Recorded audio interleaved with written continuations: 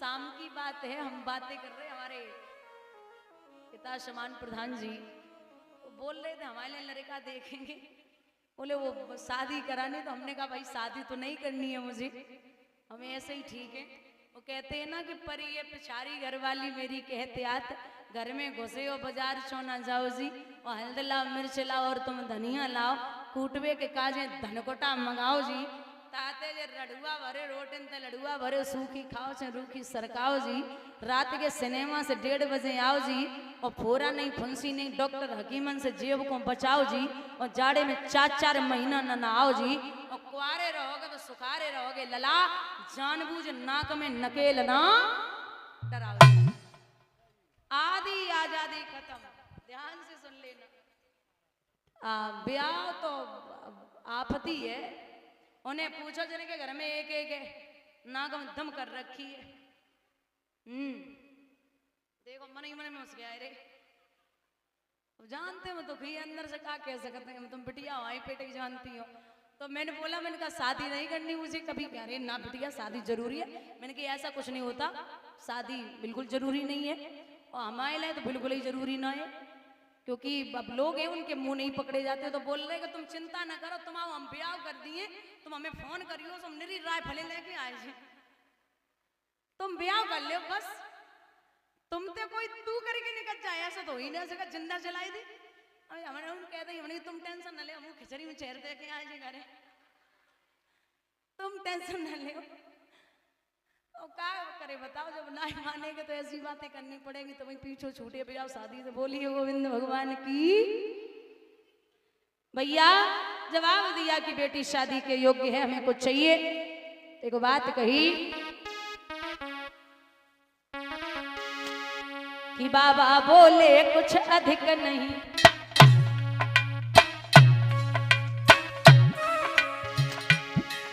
बाबा बोले कुछ अधिक नहीं, कछु इच्छा दान चुका राजन, एक लाड़ो घर में कुआरी है जग पीले आंख करा राजन।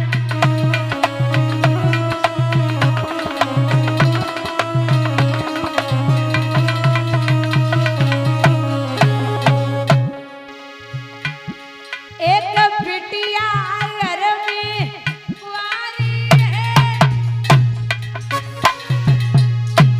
बगे पीले हाथ करा राजन, एक लाड़ो घर में कुआरी है, बगे पीले हाथ करा राजन।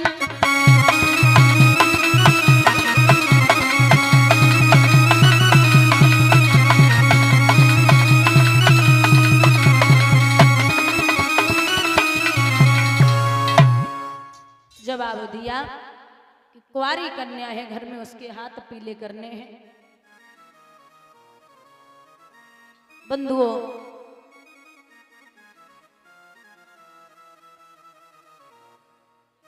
यहां जवाब दिया हमारे पास कुंजी और लगाम है, इसके अलावा कुछ नहीं है। बोले इसी का संकल्प कर दे, जब पहुंचेंगे घर पे तो संकल्प में जो बन पड़ेगा वो तू मुझे दे देना। वो ठीक है। महाराज कुंजी और लगाम का संकल्प किया। संकल्प में क्या चाहिए? बोले 60 भार सोना। दादा ध्यान से सुनना, यदुवंश दर्पण का प्रमाण है। 60 भार सोना 7200 किले का होता है। 60 भार सोना 7200 किले का होता है।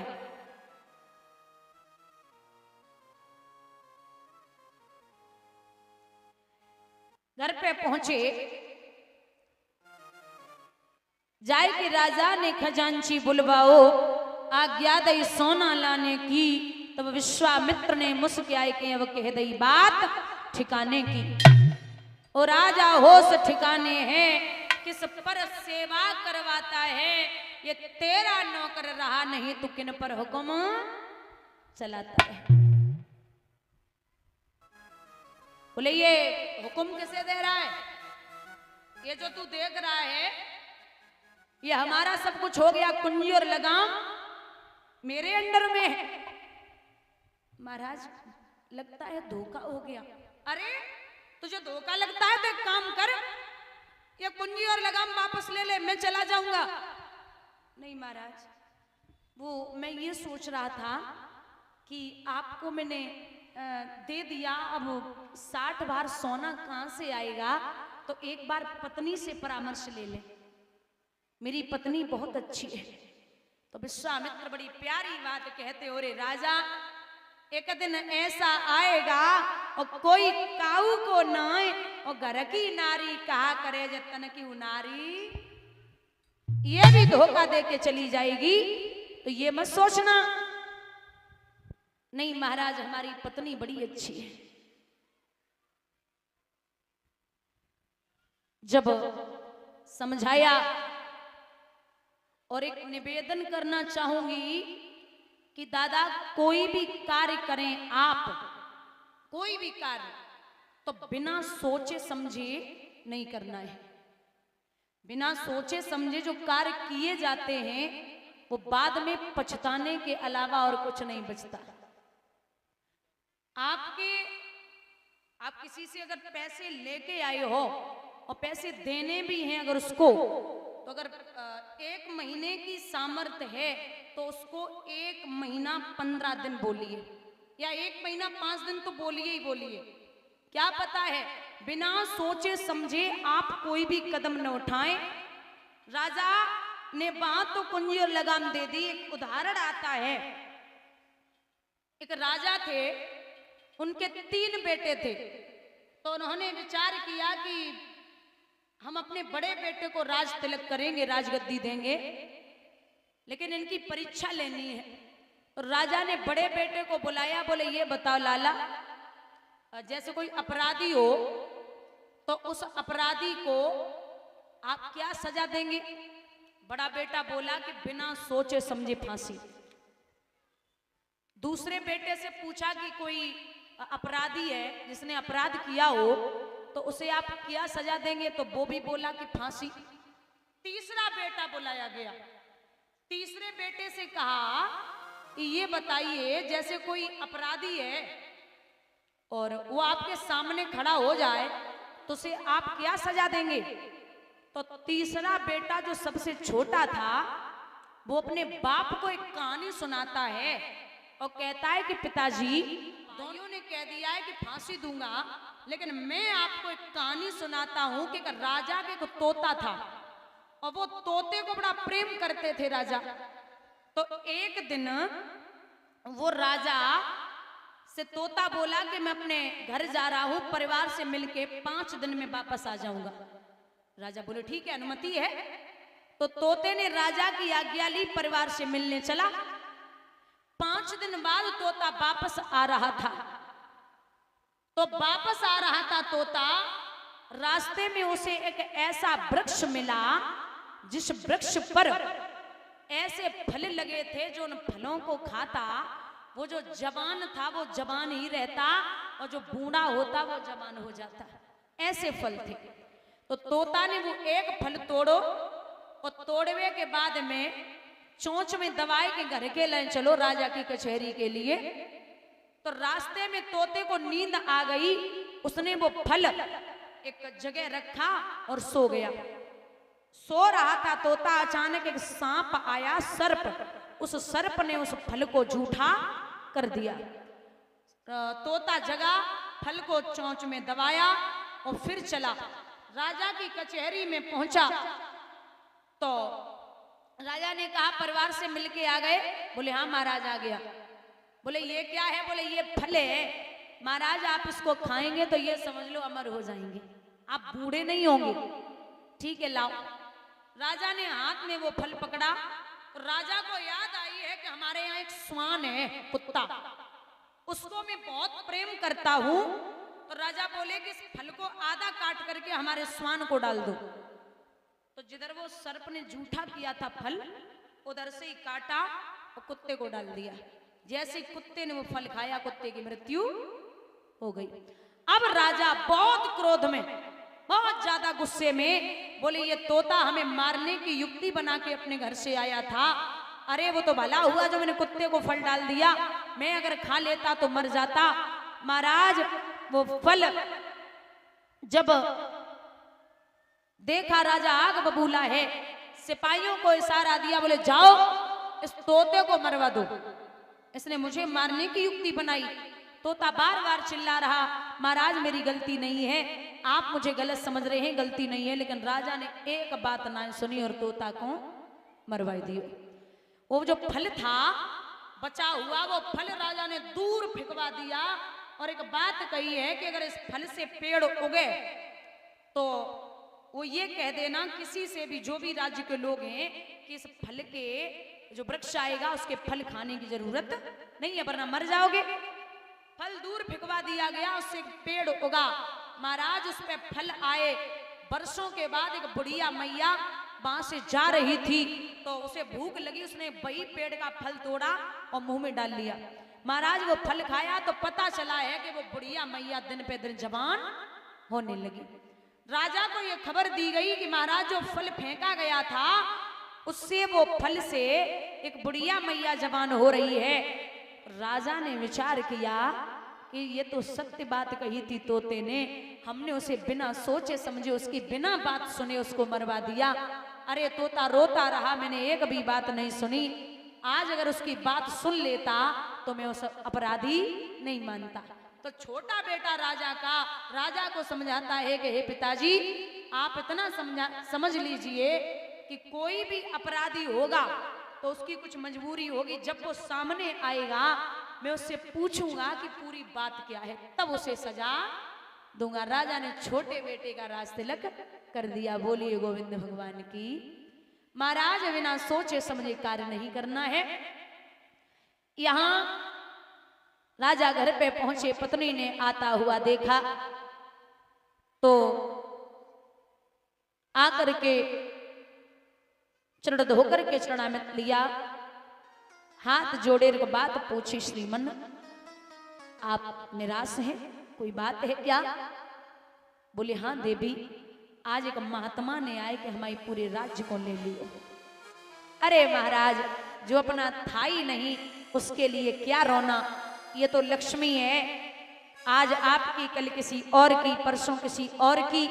लक्ष्मी का नियम है, ये आएगी और चली जाएगी, लेकिन सरस्वती का नियम है, पहले तो आती नहीं, अगर आ गई तो फिर जाने वाली नहीं है।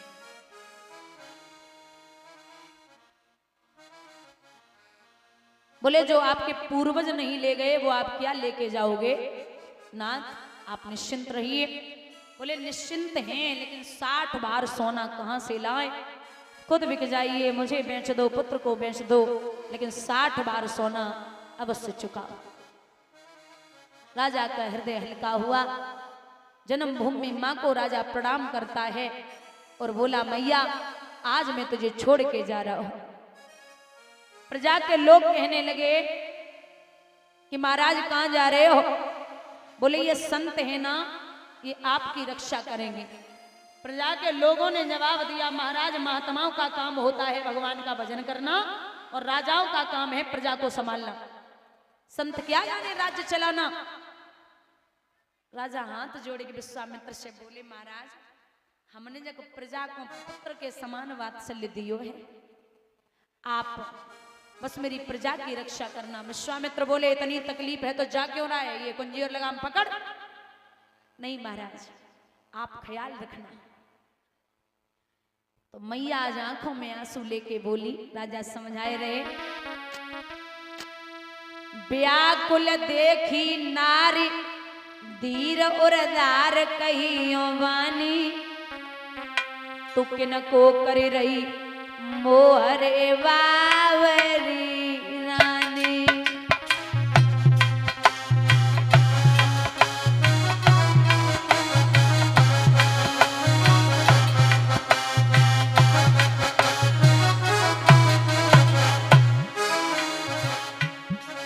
मेरे विधि में लिखो लिलाट राज और पाट करी रजदानी,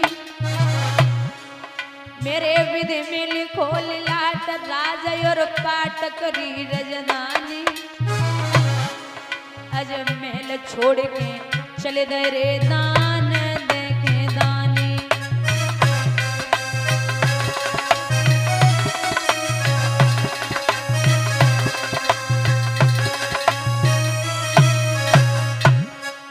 मेरे विधि में लिखो लाट राज और पाट करी रजदानी अज महल छोड़ के चले गए रे दान देखे दानी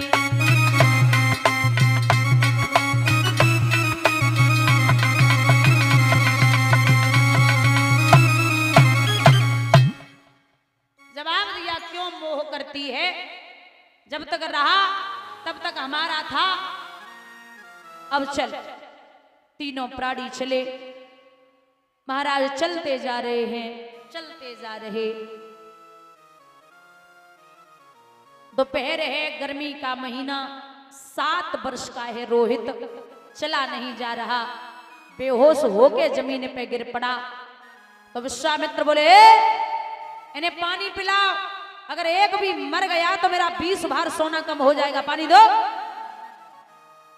तो रोहितदास लल्ला ने जवाब दियो आप तो विप्रवर ज्ञानी हैं और पानी की यहाँ जरूरत क्या हम खुद ही पानी पानी है विश्राम धाम सुख धाम शयन रडधारी लेख नहीं सकते और पानी पीना तो दूर रहा हम पानी देख नहीं सकते अगर पानी पिलाना होता तो आप मुझे यहाँ लेके नहीं आते विश्वामित्र बोले ज्ञान नहीं चाहिए पानी पी लो अरे धीरे धीरे बोले पानी पी लो पानी पी लो पानी पी लो धीरे धीरे बोले